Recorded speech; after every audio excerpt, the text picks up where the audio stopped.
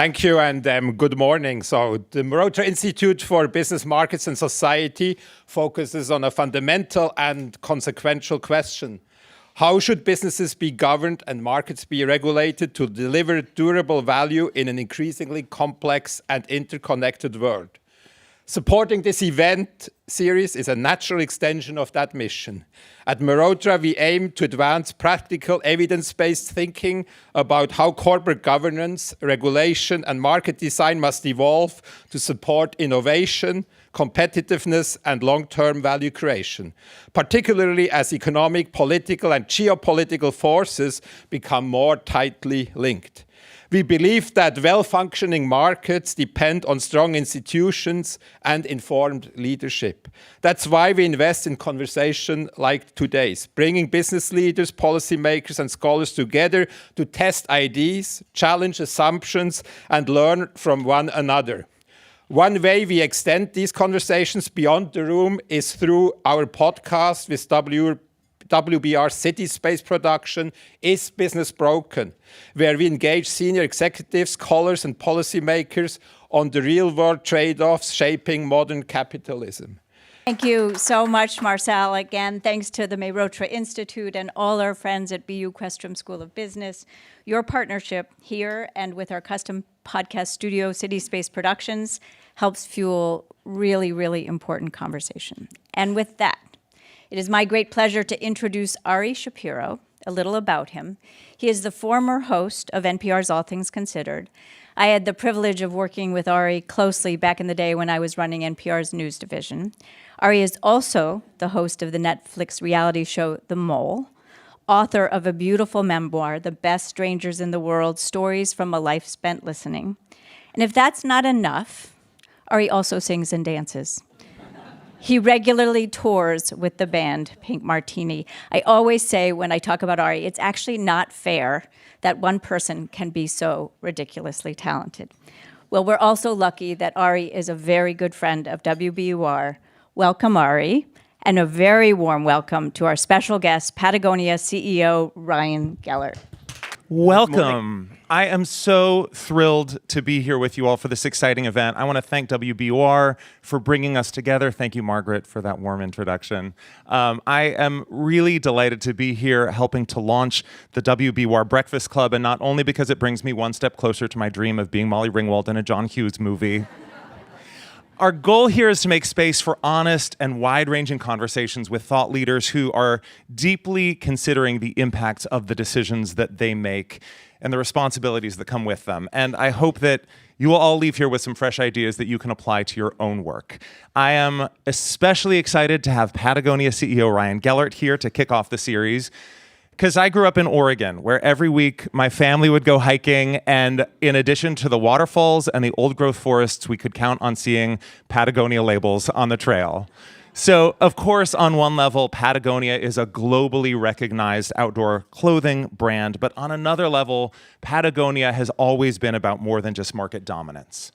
The company's mission is to protect the natural world. If you look up Patagonia's core values on their website, you'll find this line: every decision we make is in the context of the environmental crisis challenging humanity.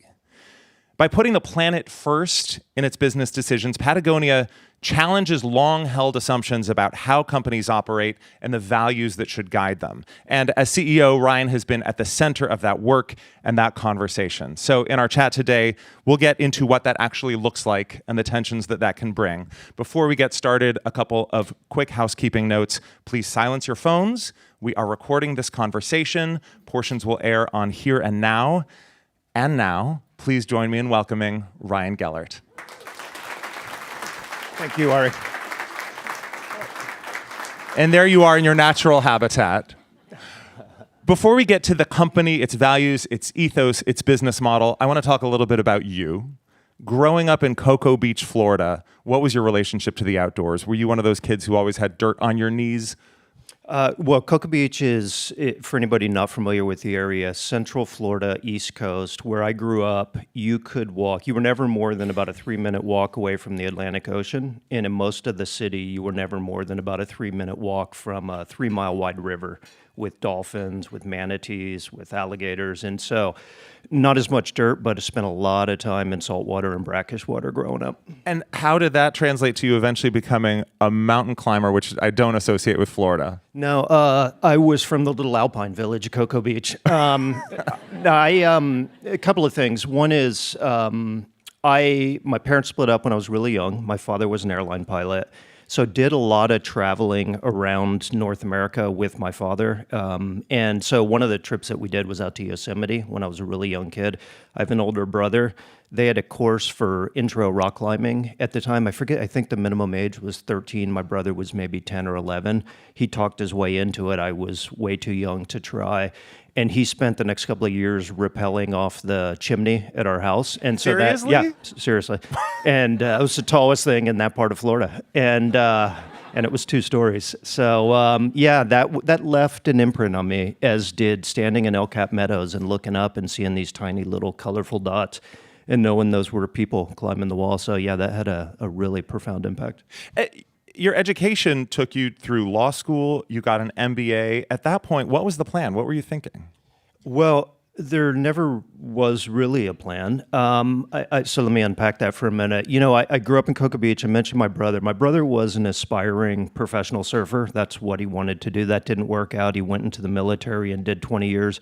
But I grew up around people like my brother, whose surfing was the center of their life. I grew up with Kelly Slater, who's gone on to have a lot of success in surfing. I grew up with people that have been, were, and continue to be sales reps in the surf industry. And the impact that had on me at a really young age was, God, what's better than finding something you love that much and building a life around it?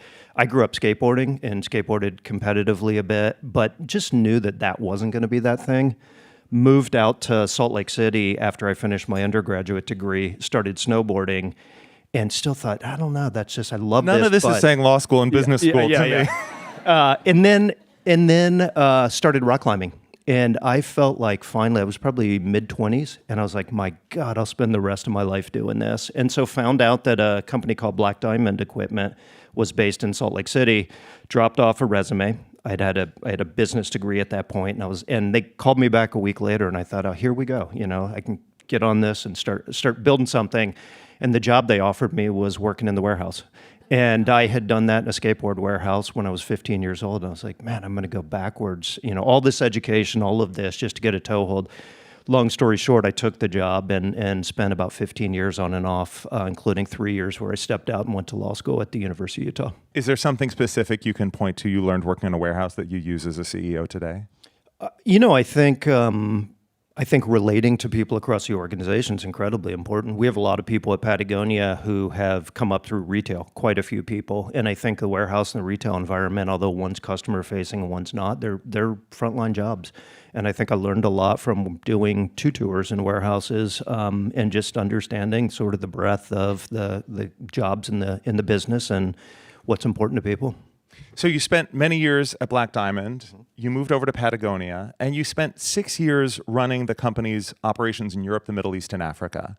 And I'm curious what doing business overseas taught you that you think you might not have learned if you had spent your entire career in the U.S.? Yeah, well, also just to sprinkle in another bit of context, in the 15-year period I was with Black Diamond, I spent 5 of those years based in China. So when I went to Europe with Patagonia, which was the first job I had with Patagonia, that was actually the second time I had worked abroad. I think, I used to describe it at Black Diamond as we were such an insular little culture. We were this, when I started, I think we were a $30 million business. It grew to, a couple $100 million. And it was so rooted in backcountry skiing and climbing. And it was headquartered in Salt Lake, and we all sort of climbed the same peaks, did the same things. And moving over to China, but still being with the company and setting up an operation and hiring people and sort of building the culture of climbing in that part of the world, it almost felt like, I don't know, that's a terrible analogy, but like those first astronauts looking back and getting like a full glimpse of the planet Earth. Yeah. The whole thing just looks so different. And I think to answer your question, whether it's a brand like Black Diamond or Patagonia, when you're outside the sort of gravitational pull of headquarters, things look a lot different. Yeah, I mean, I think about in my own career, I was a White House correspondent for several years, covering things happening all over the world. And then I went overseas to London, and I was covering some of those same stories from a very different perspective. And I realized, oh, the Syrian civil war's most important quality is not what it means for which party will control Congress in the next midterm election.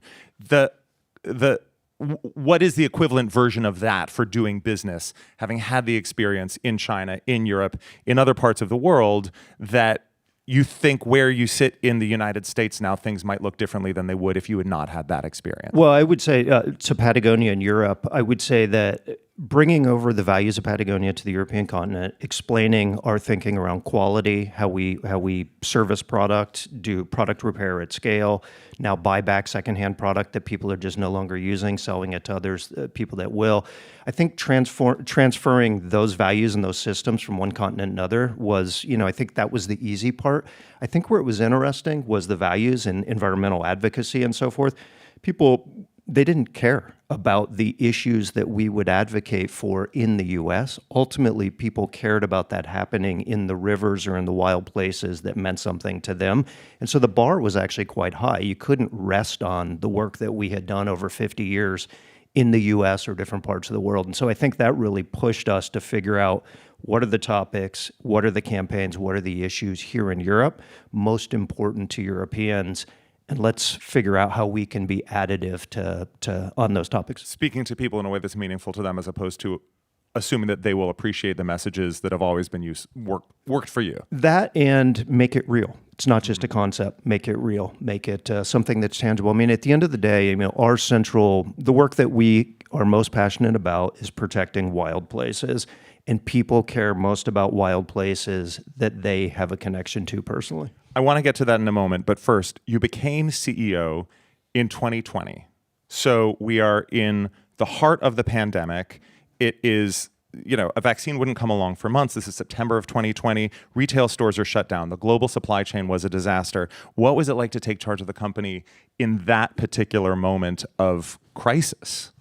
Well, again, for context, I was sitting in my apartment in Amsterdam when, for the first 3 months that I did that job, partially because I couldn't travel very easily back to California. And I'd never lived in California, so that wasn't home that I was returning to. It was a place I had visited as an employee for a bunch of years from Europe. And so I was stuck there with my family for the first 3 months, which meant I basically converted part of our house to a space that I just never left. I worked European hours for the European operation. I worked North American hours for North American operation. Then I would just sleep in the same space and did that for like 90 days. We loaded a container of everything, shipped it to the U.S., rented a house, and hit the ground and started running.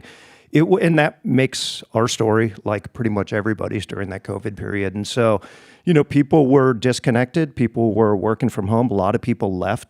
Employees that are in our headquarters in Ventura, California, left and went elsewhere.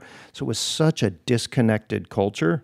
And the thing that we had worked so hard to build in Europe was a footprint and a culture that was so close. So that was really tricky, really challenging. It's interesting to me that your answer does not begin with supply chain or retail stores or the challenges of doing business. It begins with workplace culture. Yeah, well, I think that's so important. And all of, all of those things you mentioned were a technical accounting term. They were a shit show. And so we had our hands full. But again, I'm not sure there's a ton of insight there. I mean, it was like everybody else during that period. Here's the piece that was a little bit unique. So take the job in September, over in Amsterdam, make the move to California in just the beginning of January. I go over to meet with the Schnards, the founders of the company, meet with them at their house. As you said, it was still the COVID period. So we'd sit outside, distance, sometimes wearing masks, have these conversations. And I'm thinking about all the issues that you mentioned. How do we make payroll? How do we do this? How do we do that? How do we do that? And one day, Yvonne said to me, oh yeah, one other thing real quick. I need you to figure out the future ownership of Patagonia.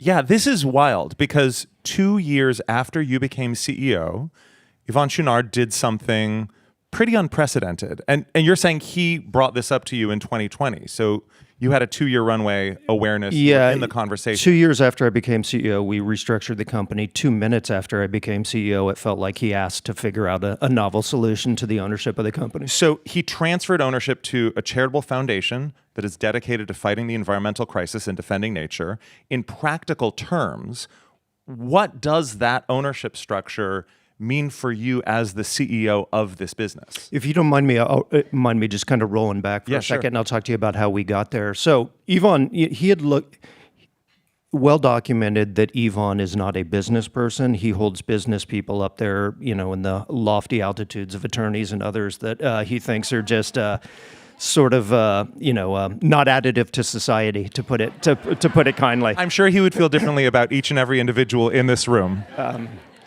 He never wanted to be a business person. And I remember very famously, it was the time I was working at Patagonia, our global revenue crossed the $1 billion threshold, and he was bummed. He was really just struggling with that.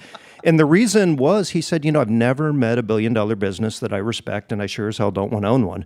And so if we're going to operate at this size, we have got to work harder than anybody to prove that we deserve, that we can have a positive impact on the planet. So that's sort of background and context. Yeah. One of the things, his role model was a guy named Doug Tompkins, and Doug he was actually the founder of the North Face. That was back when it was kind of a retail store. Then he started Esprit and did quite well with that. And after Esprit, he and his wife at the time sold it, took all the money, went down to South America, and started buying up degraded estancias. And this was work that Yvonne and his wife Melinda helped fund and support for decades. And they built national parks in Chile and Argentina, and then they would donate them to the governments of Chile and Argentina, and in the process became the largest conservationists in the history of private conservation. That was kind of the straw man that Yvonne was thinking about, didn't have a better idea as to what to do with the proceeds of Patagonia. Yeah. The difference between Esprit and Patagonia, though, was Yvonne started to believe that if Patagonia can run according to a different set of values, the real value could be in just serving as a model for a more responsible business. And so he became more and more reticent to just sell the company and let somebody else do something with it. And so the challenge that he gave us was, let's figure out what we're going to do with this company. That was the ask. And going back to that conversation on his back porch, I just blew it off. Okay, whatever. And went back to the office, did what I did, came back a week or two later, and he said, how's that going? What are we going to do with the company? And I said, oh my God, I can't believe you're serious right now. And he said, look, if you don't get moving on this, I'm going to go get one of those billionaires lists, and I'm just going to start cold calling people. So you better get on it. So that was sort of the threat. So, it's such Ari, you speak for a living. a singular, usually I have editing. It is such a singular, unique story. I wonder what this room full of people from different parts of the business community can take away from it. As I was reading the statement where Chenard announced the transfer of company ownership, he said this: another path was to take the company public. What a disaster that would have been. Even public companies with good intentions are under too much pressure to create short-term gain at the expense of long-term vitality and responsibility. Some of the people in this room may be at publicly traded companies. Some may align with the values of Patagonia. What advice do you have for people operating in the system as it exists? Yeah, I think last point I'm going to make, then I'm going to answer that question just on this structure. So when we sat with the Chenards and said, look, what must you have with this new structure? What would you not accept with this? What bubbled up from that, and that informs where we actually landed, was two things. We want Patagonia to continue to exist and be able to run according to the values that we've bestowed it with.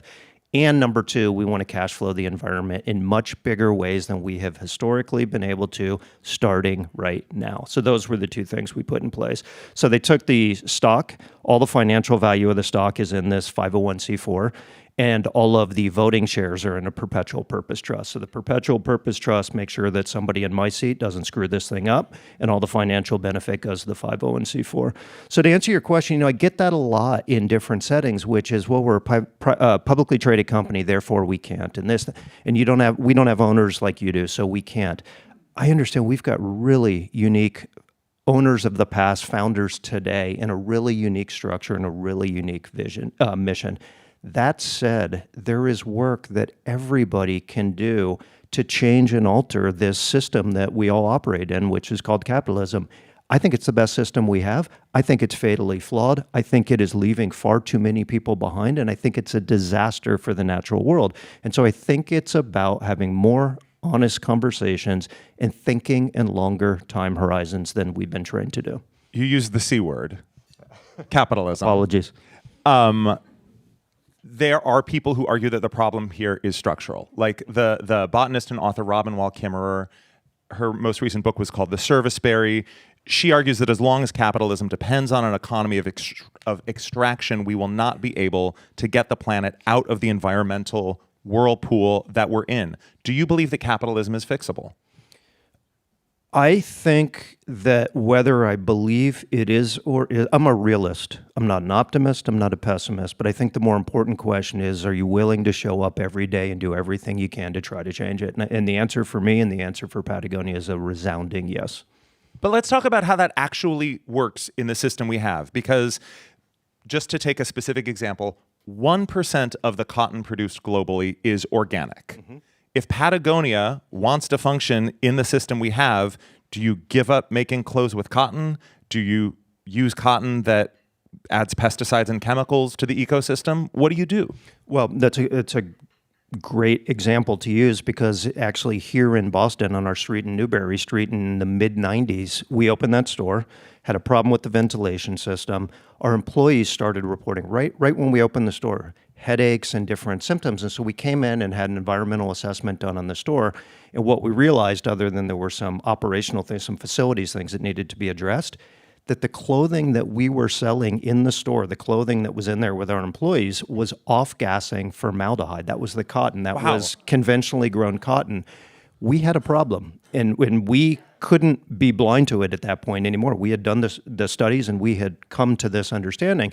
And so what Yvonne and the team did was, a lot of the cotton was grown at that time in Southern California, and they started chartering bus tours for the employees to go look at cotton growing regions and see these biodiversity dead zones that were being created by the cotton. And Yvonne came back to the company and said, look, here's the deal. You have 18 months to transition 100% of our cotton from conventional to organic.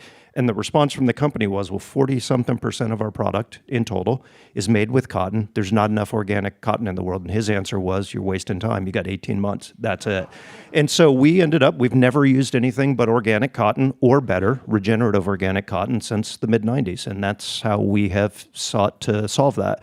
We have worked to advocate and scale the concept. And as you say, we're really proud for 30 years. We've used nothing but organic cotton. And the reality is at that time and still today, a couple of % of the world's cotton is organically grown. Let's talk about the moment we're in right now. Because as you are well aware, the country's political leadership is moving aggressively to shift the United States away from renewable energy, aiming to open up public lands to logging, mining, oil and gas drilling. How does Patagonia adapt to this moment and this environment? Yeah, I think the first thing is to stay super consistent to our values and the work that we do. So we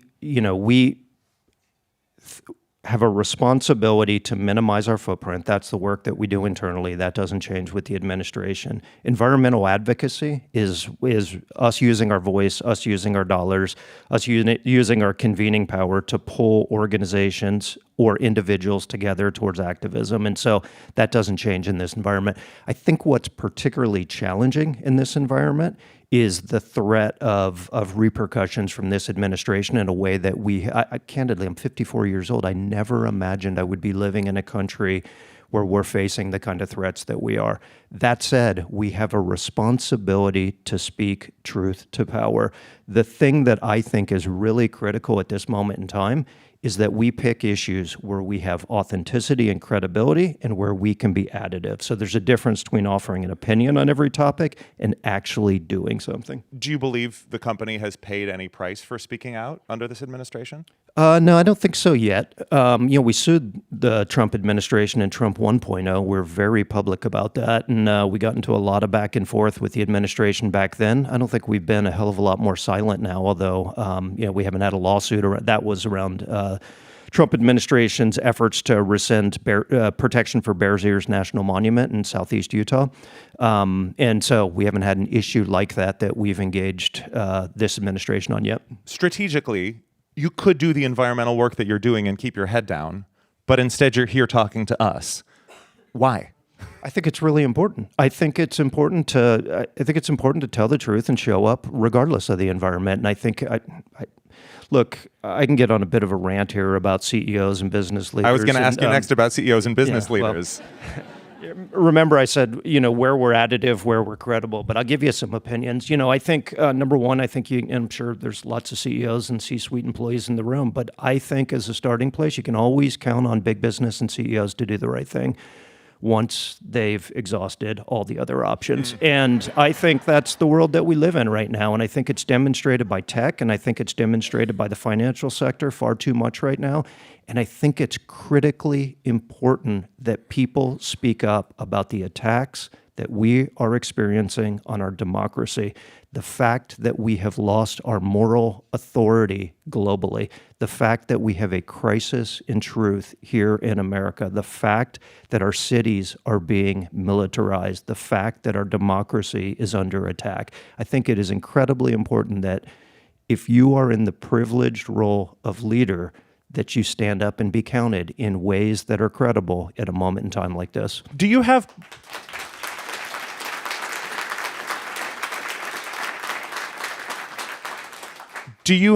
private one-on-one conversations with executives of companies that are either keeping their head down or donating to build the White House ballroom or actively courting the administration who you used to think saw eye to eye with Patagonia and now realize things are going differently? What are those one-on-one conversations like? I think most of the one-on-one conversations I have with CEOs are through a group that I'm a part of called the B Team, which is by definition organizations, leaders that are focused on building a more sustainable, just, and sort of responsible business infrastructure. So I think they're like-minded, even if they represent different industries, different regions, and different companies. So that's mostly the sort of the you might call it an echo chamber that I exist within. Yeah. We're very famously not a part of the American Chamber of Commerce. We're not a part of Business Roundtable. So I don't spend a lot of time in those environments. But just tell us about the big picture vision you see of how the business community has pivoted in the last year. I mean, we are speaking almost 1 year to the day into this second Trump administration. And from where I sit, it looks like a lot of businesses have done a 180. I think, well, they have, period. I don't want anything I say to lose, for that sentiment to be lost. I think, God, we can go in so many directions. Davos is obviously happening right now. I think about 24 months ago, Apple, Tim Cook, and the leadership that he seemed to bring on behalf of that organization, now he's being name-checked by this administration as an example of, okay, this is part of our network trying to do this work. You see sort of the kowtowing in the White House and all the rest. So, I don't call out Tim Cook as one of the worst of them. It's just that's become the norm. That's become the model. I think, I'm not disappointed in Sam Altman. I'm not disappointed in Elon Musk because I never expected anything of them. But there are leaders from so many other businesses that seem to have completely forgotten the things they stood for just 24 months ago. And that's really shocking and really disappointing. When you say this, do you get any pushback from either within the company or other stakeholders? Does anyone say, we know how you feel, you don't have to say it quite so loudly? Not just sell entirely. clothing? No. I mean, our board they're as strident as, they're arguably the most strident part of the organization. So that seems like an incredible luxury that maybe people in this room who might agree with you, I'm guessing based on the clapping, may not have that luxury. So what advice do you have for them? I think figure out how you can make a difference. I mean, one of the things, this is not a novel thought for me, but, I think in society, there's elected officials, there's CEOs, there's leaders of different kinds. I think the most important title in society is none of those. It's citizen. And so I think the first thing that I would encourage everybody to do is just participate directly in ways that they can through their role as citizen. Second, depending on the job that the position that you occupy, the industry that you work in, figure out how you can do things better. We have got to operate on longer timescales than we do today. We have got to break this systemic race to the bottom mentality that we've developed. What I'm concerned about is not just politically, but culturally, that behavior is being celebrated right now more than ever. You know, I heard something really interesting, and this will probably be this might be the thing that really bites me in the ass, but I remember listening to somebody talking, I don't remember where it was or whatever, but it was a couple of months ago, and they were talking about the current president. They were also talking about Elon Musk, and they were saying, look, can you imagine, just on paper, take the people out and sort of list the achievements. Married to a former model, two-time president, this, that, you know, just how many even of his biggest supporters, and Elon Musk, same statement, how many of their biggest supporters would want their kids to grow up just like them? What's my point? I think we've got a real lack of role models right now across America, and it really concerns me for young people. I've got 2 young kids myself, and it really concerns me, the messaging and the if you're stronger, you can take whatever you want. I think that's so deeply embedded in this current moment, and that really, really is a big concern. So what can people do? Be an example of the alternative. Have the tariffs affected you? Yeah, quite a bit. Depends on the day because it seems to move with the wind as to what they are at any given point. They were on again, off again, on again, off again. You know, at one point in April of last year, it was going to be about a $100 million bill for us.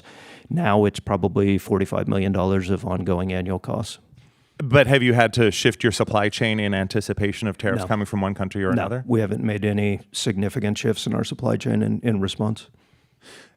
I know that you're not part of the Business Roundtable, you're not part of the Chamber of Commerce, but there do seem to be areas like tariffs where you might see eye to eye. Is that a productive conversation that you can have?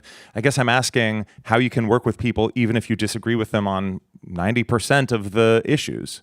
I think there are things we agree with the current administration on. I think that makes it the same as every administration, Republican or Democratic, across recent history. So I think it's rare that there's not alignment on some topics and issues. I think, let me be specific on this. On environmental issues, we'll work with the administration anytime. I haven't found in the first year that opportunity, but I hope that changes. And if there is a credible desire to do things that are important and lasting in service of the planet, I'm open to that. I asked you about becoming CEO in the middle of the pandemic with so many different crises happening at once. Right now is also a wildly volatile moment, and I wonder how you think about leadership at this time. You are juggling the needs of Patagonia manufacturers, employees, retail customers, and more, even as you're also writing an op-ed in the Wall Street Journal or Time about the need to defend public lands. When a million things demand your attention, and you also mentioned you're a parent, how do you decide what to give your time to? Yeah, well, I think it starts with, I guess contextually, and I'm in the same position as everybody in this room on this one, wherever you're at in your career, whether you're early, middle, or later stage, I think this is the most dynamic period of time in any of our lives. And the paradox is it's probably the least amount of change and most stable that we will see in the rest of our lives. That's a really, really interesting period to be alive. I think about, the most overused phrase right now is control what you can control, but I think it's overused because there's a lot of wisdom in it. And so I start with that. Also start with who are we in business to serve? What are our values? How do we center those in every decision we make? And that's about the only set of things I wake up with every day. Is who are we in business to serve? Is the answer the environment? Our customers, our communities, and the natural world. And yet, how do you prioritize? I mean, just to return to the question of when a million things are demanding your attention, I think everyone in the room has this experience of, I've got a longer to-do list than I can possibly do. How do you approach that? I try to focus on the things that I'm uniquely qualified to impact. I've got a great team, so there's a lot of things that I may have a vested interest in, but somebody else is as good or better at dealing with it than I am. So I try to focus on the things that I'm uniquely qualified to impact. I wake up early, and I try to focus out of the gates for the first couple hours on a very short list of things that meet that description. So that's how I try to start each day with intention to navigate through that. And then the day brings what the day brings, and then I can lose control of it pretty quickly by mid-morning. I think many businesses are struggling with whether and how to incorporate AI into their business model, and particularly given the environmental impacts of data centers and artificial intelligence. How is Patagonia thinking about that? Well, I'm a pragmatist on this one as well. AI is here, and I think it's just part of the landscape, and I don't think there's anything we can do to change that. I think about AI a little bit like I think about social media, which is, so roll the clock back, 10, 15, 20 years with social media for Patagonia. We understood this was coming. We understood it was here. We understood this was the basic playing field. We experimented with things. Ultimately, what we decided to do was there was a campaign in the summer of 2020 called Stop Hate for Profit, focused on the Meta platforms, where a number of companies, maybe some represented in this room, joined in a 30-day boycott of Meta But just specifically, like, are you using AI for your supply chain? So we opted out of Meta we joined that campaign. We've never gone back. We've never spent a dime with Meta platform since. Fast forward to AI, I think much like social media, the regulation has really trailed the technology, and I think we're finding the same thing happening now. So we're very conservative, but we're very experimental with it. The two areas that I'm most interested in AI are how can we leverage it to maximize the efficiency of our inventory, because our inventory is overwhelmingly what has the biggest environmental impact in our business, and how can we leverage it to create really meaningful experiences for our customers, and I'm thinking about the digital space there. We're going to go to audience Q&A in just a moment. I want to ask you a couple lighter questions. First of all, just to touch on something that's in the news this week, why is Patagonia suing a drag queen? That's in the news as of yesterday, so you're very topical. The drag queen's name is Patagonia. They have been an environmental advocate for however many years that they have been doing this work. We have known about this, supported this, been okay with this, but we have also been in conversations for 4 or 5 years now with Patty around, look, there are certain things we need to agree to, one of which is you don't get into the apparel space. Another is that you're not moving from a social, an activism focus to a commercial one. We reached agreements. Those were not respected. There was no interest in continuing the conversation. And then finally, to answer your question about why we're suing Patty and why we're suing Patty now, Patty filed trademarks for the name in apparel, in environmental activism. Otherwise, we have a responsibility to protect our brand and the way the system works. If we don't, we lose it. So that's why. All right, I'm going to ask you a few questions that I think could apply to any business leader. I thought you said a lighter question. And not just Patagonia. Drag queens, it's a light topic, right? These are questions that could apply to any company, not Patagonia per se, and they may recur in future iterations of the WBUR Breakfast Club. What's one thing you do outside of work that makes you better at your job? I think rock climbing. I think it gives me a tremendous amount of focus and centers me, and I think I think rock climbing. All right. When you look back years from now, what legacy do you think will matter most to you? My kids. What's one change that you believe every business leader should make in the next 5 years? Understand the impact of your business and be more bold in minimizing that impact. All right, let's take some questions from the audience. I think Stephen has a microphone, and while one person is asking, the next person can raise their hand, so a microphone will go to them, so we can just move pretty quickly from one to the next. Let's start back here. Good morning. Thanks for being here. Can you talk a little bit? Sorry, will you introduce yourself at the beginning of the question? Sure. My name is David Parker. Can you talk about executive compensation, CEO compensation, and as well the tremendous amount of money that folks make owning companies? And are those at odds with how you run Patagonia? Is there a way to sort of set a model for what you've done and what your company has done so that investors and CEO candidates want to be you as opposed to wanting to make a boatload of money? And while Ryan's answering, let's get the microphone to whoever's next. Well, that's a great question. Thank you for that. Boy, I don't even know where to go. I'll offer an opinion, which I don't think is a punchy one. I think CEOs are paid way too much. I think that there is this belief that they add more value than they do, and I think that there is a incentive structure that creates this sort of this space around celebrity CEOs, which I think is really problematic. How do we fix that, particularly in publicly traded companies? I have no idea. I think so much of it's tied to share price, and I think that's inadequate metric. But how to solve for that? I wish I had a great answer for you, but I don't. I guess then we get into a conversation about the role of money in life, and I could offer thoughts on that, but I guess I'll just say this: it's never occupied a super significant place in my life, and I think when you have enough, that's enough, and enough for me is defined by a reasonable place to live, and you can take care of your family and not a hell of a lot more. But thank you for the I think question. we have the next person right here. Will you introduce yourself? Good morning. I have to agree with Margaret, by the way, that it's unfair that you're that talented and you look 30. You did it all before you were 30. I'm the one with a face made for radio. My name is May Lee, and I'm the president of the Olin College of Engineering. We were formed 25 years ago, actually, to transform engineering education and to educate responsible engineers, particularly considering humanity, the intersection of technology and the environment.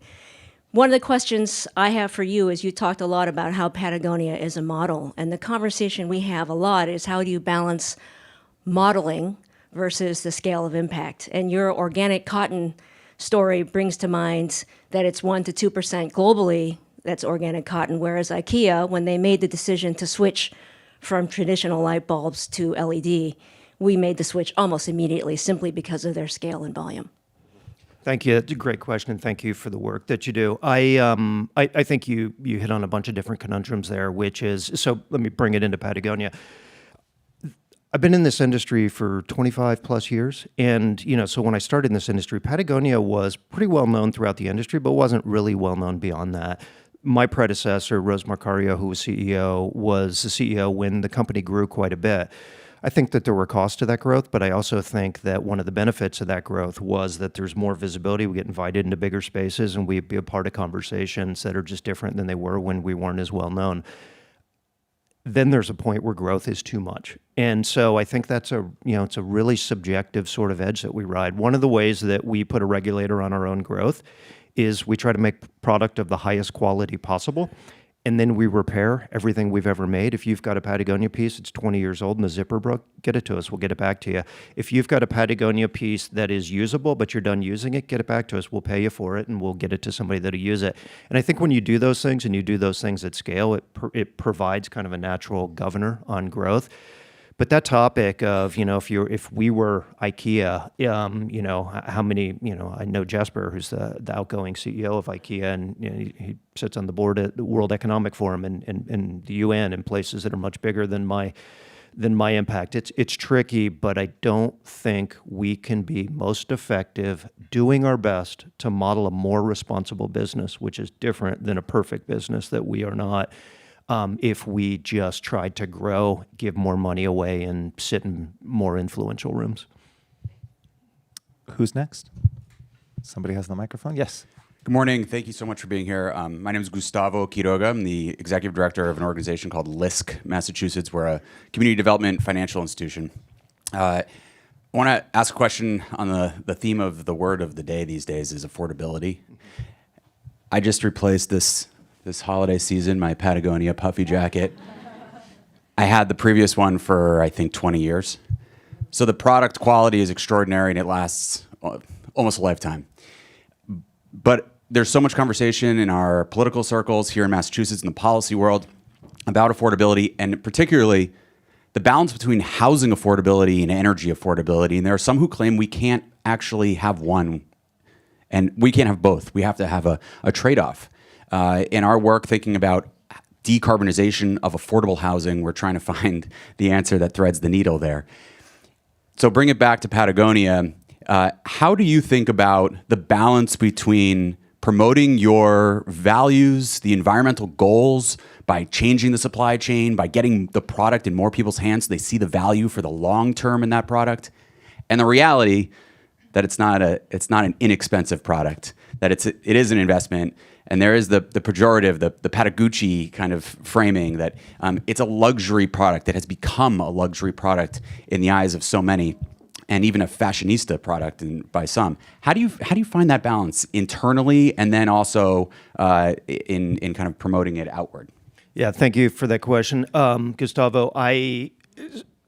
Well, first of all, what do I think about I think the perception that Patagonia is a fashion-oriented brand really bothers me. I don't lose a lot of sleep over it because it is what it is, but it's just not how you spend a day inside this place, see the people that work there and wrestling with the issues that we do.